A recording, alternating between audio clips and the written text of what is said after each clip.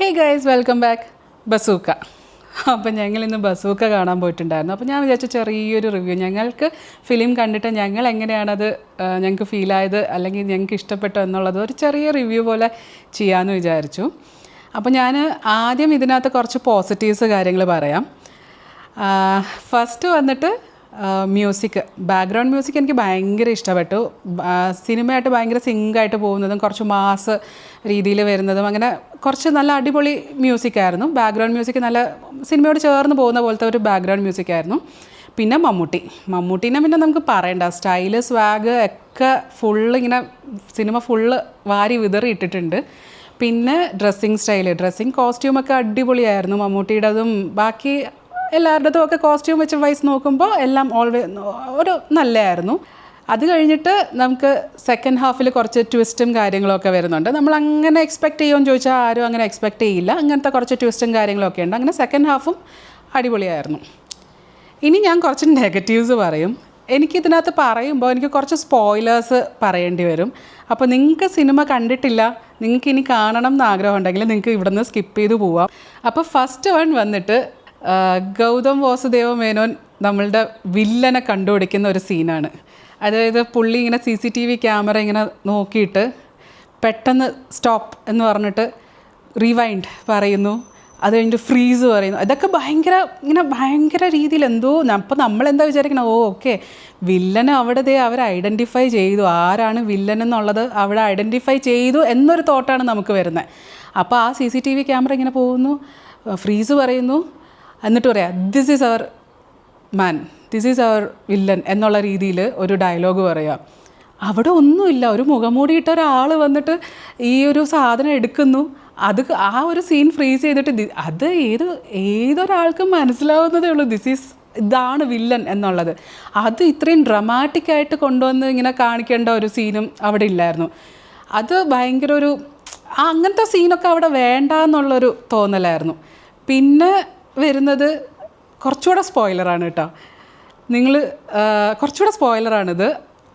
ഇതെന്ന് പറയുന്നത് നമ്മളുടെ വില്ലൻ കുറച്ച് ക്ലൂസൊക്കെ ഇവർക്ക് കൊടുക്കും, ഈ ടീംസിന് കൊടുക്കും. അത് പോട്ടെ, അതിനു മുന്നേ വേറൊരു കാര്യം പറയേണ്ടത്, ഈ ടീമെന്ന് പറയുന്നത് ഒരു SIT ആണ്, സ്പെഷ്യൽ ഇൻവെസ്റ്റിഗേഷൻ ടീമാണ്.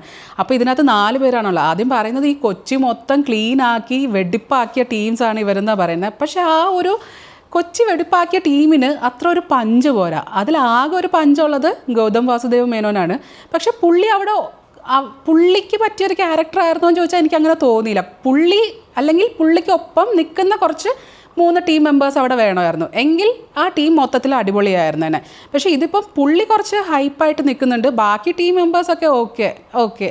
അല്ലെങ്കിൽ ഈ ക്ലൂ കൊടുക്കുമ്പോൾ അത് മനസ്സിലാക്കി എടുക്കേണ്ട ഒരു ടീം അല്ലേ ഈ SIT എന്ന് പറയുന്നത്. അവരത് എന്തുകൊണ്ട് അങ്ങനത്തെ ക്ലൂസ് കൊടുത്തപ്പം മനസ്സിലാക്കിയില്ല എന്നും ഒരു തോന്നൽ വന്നു നമുക്ക്. പിന്നെ അത് ഒരു കാര്യം. പിന്നെ അടുത്ത സീനെന്ന് പറയുന്നത് കുറച്ചുകൂടെ സ്പോയിലറാണ്. ഞാൻ നേരത്തെ പറഞ്ഞ കുറച്ചുകൂടെ സ്പോയിലറാണ്. അപ്പോൾ ഇതിലൊരു ടീം മെമ്പറിന് ഒരു മെസ്സേജ് കിട്ടുന്നുണ്ട്. ആ മെസ്സേജ് ഇവരുടെ ഡിസ്കഷനിലിടയ്ക്കാണ് ഇയാൾക്കത് തോട്ട് പോകുന്നത്. ഓക്കെ, ആ മെസ്സേജ് എന്ന് പറയുന്നത് എനിക്ക് ക്ലൂ ആണ്, വില്ലൻ്റെ ക്ലൂ ആണ് എന്ന് മനസ്സിലാക്കുമ്പോൾ ഇയാൾ ഡ്രൈവ് ചെയ്യുന്ന വഴിക്ക് ഇയാൾ പെട്ടെന്ന് അങ്ങോട്ട് തെറ്റിക്കുന്നു, ഇടിക്കാൻ പോകുന്നു, ഭയങ്കര ഡ്രമാറ്റിക്കായിട്ട് അവിടെ സ്റ്റോപ്പ് ചെയ്യുന്നു.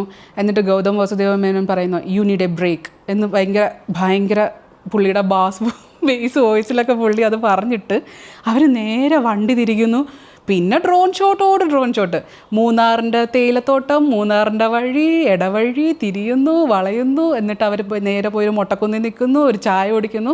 ചായ കുടിക്കുമ്പോഴത്തേക്കാണ് ഈ പുള്ളി പറയുന്നത് ഓക്കെ എനിക്കിങ്ങനെ ഒരു മെയിൽ കിട്ടിയിട്ടുണ്ട്, അപ്പോൾ ഇതായിരിക്കും ക്ലൂ.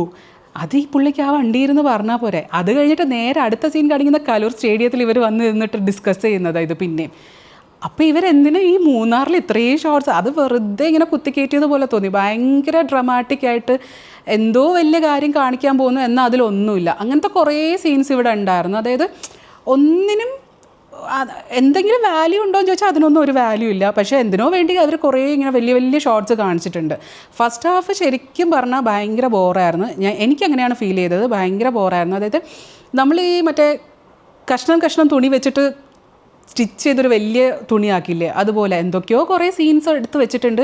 അതെല്ലാം കൂടി ഇങ്ങനെ കൂട്ടിച്ചേർത്ത് ഒരു കണ്ടിന്യൂറ്റി ഇല്ലാതെ കുറേ സീൻസ് ഇങ്ങനെ കൂട്ടിച്ചേർത്ത് വെച്ചിട്ട് ഒരു ഫസ്റ്റ് ഹാഫ്. എനിക്കിടയ്ക്ക് ശരിക്കും പറഞ്ഞാൽ ഉറക്കമൊക്കെ വന്നായിരുന്നു ഫസ്റ്റ് ഹാഫ്.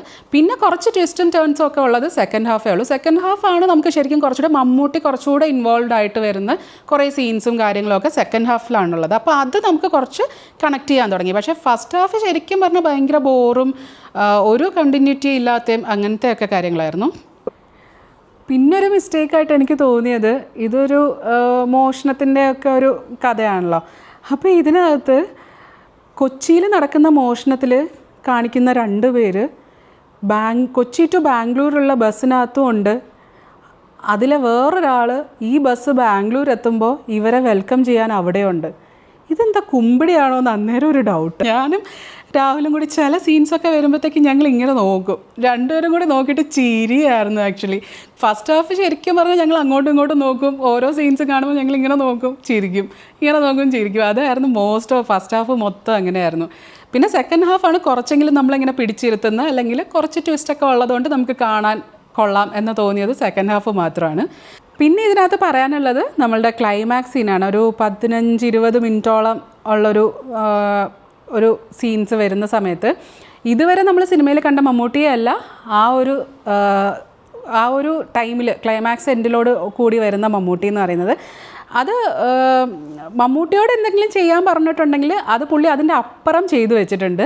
പക്ഷേ എനിക്ക് അവിടെ അത് അങ്ങനത്തെ ഒരു ക്യാരക്ടറൈസേഷൻ വേണ്ടിയിരുന്നോ, അതിൻ്റെ ആവശ്യമുണ്ടോ ഈ സിനിമയ്ക്ക് എന്നുള്ളൊരു തോട്ട് എനിക്ക് പെട്ടെന്ന് വന്നു. വേറൊരു രീതിയിൽ ചെയ്തിരുന്നെങ്കിലും ചിലപ്പോൾ നന്നായേനെ എന്ന് എനിക്ക് തോന്നി. പക്ഷേ മമ്മൂട്ടി അടിപൊളിയായിട്ടത് ആ ഒരു പോർഷനൊക്കെ നല്ല അടിപൊളിയായിട്ട് സെറ്റ് ചെയ്തിട്ടുണ്ട്.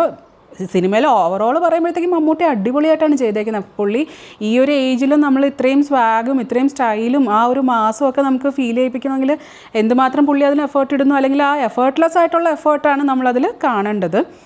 പിന്നെ നമ്മൾ മമ്മൂട്ടിയുടെ കുറേ മാസ് ഡയലോഗ്സ് ഉണ്ട്. അതായത് ഇതിനകത്ത് തന്നെ ട്രെയിലറിൽ തന്നെ പറയുന്ന 1-2 മാസ് ഡയലോഗ്സ് നമ്മൾ സിനിമയിൽ കാണുമ്പോൾ അതൊന്നും അത്ര മാസമൊന്നും അല്ല. അതായത് നമ്മളിങ്ങനെ ഒരാളുമായിട്ടുള്ളൊരു കോൺവെർസേഷനിൽ ചുമ്മാ അതങ്ങ് പറഞ്ഞു പോകുന്ന ഒരു ഡയലോഗ്. പക്ഷേ ചില ഡയലോഗ്സൊക്കെ നമുക്ക് നല്ല രീതിയിൽ എടുത്തിരുന്നെങ്കിൽ അത് നല്ല മാസമായിട്ട് ക്ലാസ് ആയിട്ടും വന്നേനെ എന്നൊരു തോന്നലൊക്കെ വന്നായിരുന്നു. അപ്പോൾ ഇതൊക്കെയാണ് എൻ്റെ ഒരു അഭിപ്രായം. കുറച്ച് സ്പോയിലേഴ്സൊക്കെ ഉണ്ട്, ഞാൻ അത് ആദ്യമേ തന്നെ മെൻഷൻ ചെയ്യാം. സ്പോയിലേഴ്സ് ഉണ്ടെന്നുള്ളത് ഞാൻ ടൈറ്റിൽ തന്നെ മെൻഷൻ ചെയ്യാം. കാരണം നിങ്ങൾക്ക് കാണണം എന്നുണ്ടെങ്കിൽ നിങ്ങൾ കാണണം, ഈ സ്പോയിലേഴ്സ് ഒന്നും കേൾക്കേണ്ട ആവശ്യമില്ലല്ലോ. അങ്ങനെ അപ്പോൾ ഇതൊക്കെയാണ് എൻ്റെ അഭിപ്രായം. നിങ്ങൾ കണ്ടിട്ട് കമൻറ്റ് ചെയ്യൂ, നിങ്ങൾക്കൊക്കെ ഇഷ്ടപ്പെട്ടോ എന്നുള്ള കാര്യം നിങ്ങൾ കമൻറ്റ് ചെയ്യൂ. Thank you for watching.